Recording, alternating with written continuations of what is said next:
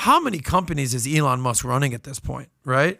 Between obviously Twitter, Tesla, SpaceX, Neuralink, Starlink, the Boring Company, the tunnel company that he does, OpenAI. These are things that are coming to mind. Sure. How does he, what kind of bandwidth, Neuralink, what kind of bandwidth do you need to have? I mean, you're a guy who's running multiple companies.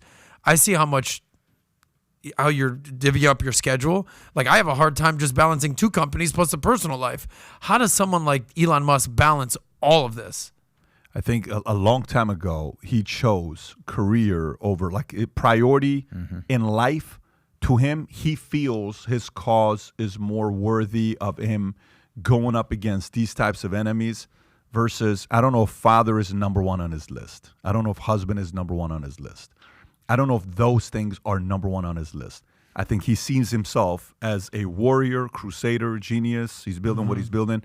He does believe in procreation because he's got a lot of kids. He's got like 10 kids or something. So his kids are his businesses. So if you treated your businesses as your kids, because kids are very taxing, they're very demanding. So if you have 4 kids and you got 4 businesses, it is very hard to raise 4 kids. It is very hard to raise 4 businesses. You have to kind of pick and choose which one you're going to be doing. When he says he's at the office 7 days a week, 18 hours a day, 24 hours a day, he's sleeping there, what he's saying is, I'm also not spending time with the kids. I'm spending time with my kids. That's Twitter.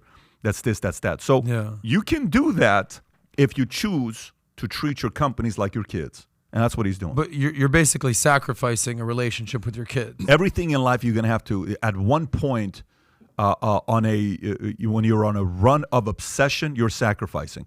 All these athletes we admire that you follow, Kobe Bryant sacrificed personal time with his family, 20 years of playing 82 games, 41 on the road, playoffs, Olympics. You think that's a peaceful life? Military generals, General Mattis, we admire, 35-year service. He's in, war for, you think you're good father? I haven't seen my kid 9 years out of the last 18 years. My kid was, at the house. I was at war. I was on. You think you put that as a great father? How do you describe that? So the definition of all of these things, to him, his mind is, if these generals are at war doing what they're doing, I'm simply doing my war in business, competing against these guys. And I see my kids where I take them place and we have a good time. But I'm like the general that's at war. I don't see my kids for a year and a half, for a year. I see myself same as that. I think that's his processing. And I don't think he sees anything wrong with that. And I think a lot of people that have competed at that level, at that crazy level, say, yeah, that's what you got to do. When you're running for office, like John F. Kennedy ran for office when he was how old? Early 40s? What do you think his life looked like? He was the youngest president. No, 43? How old was the guy when he became president? I don't know. 42, 43 43, youngest ever. I mean, Obama and Clinton are right behind him, right at 47 or 48, something like that. What do you think you're doing when you're campaigning for 2 years? You don't think your kid's in second grade? He has kids that are under his desk, the pictures. Those are not 20-year-old kids.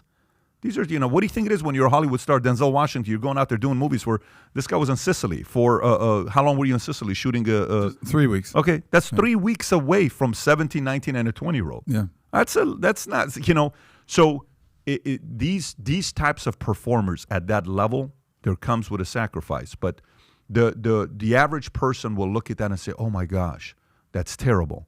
But the peak performers at the top will sit there and say, yeah, that's kind of what you got to do. It's, by the way, neither side can sell it to the other side. It's purely a choice. Neither side can sell it to the other side. And that's a great point. I think on behalf of Americans and on behalf of humanity, I think we're all thankful that he is sacrificing his family life. But, you do see these stories that one of his kids came out and disowned his father, and he's not my father, and he might be some sort of trans situation with one of the kids. I don't know what that story is, but you're familiar with the story, right? One of the kids basically disavowed. So these are the types of sacrifices you're making that your kids won't even love you, or they'll disavow you or disown you because you have such lofty goals. That there is, risks and rewards to everything you're doing. Order your Future Looks Bright hat. Click over here. And to watch the entire podcast, click here. Take care, everybody.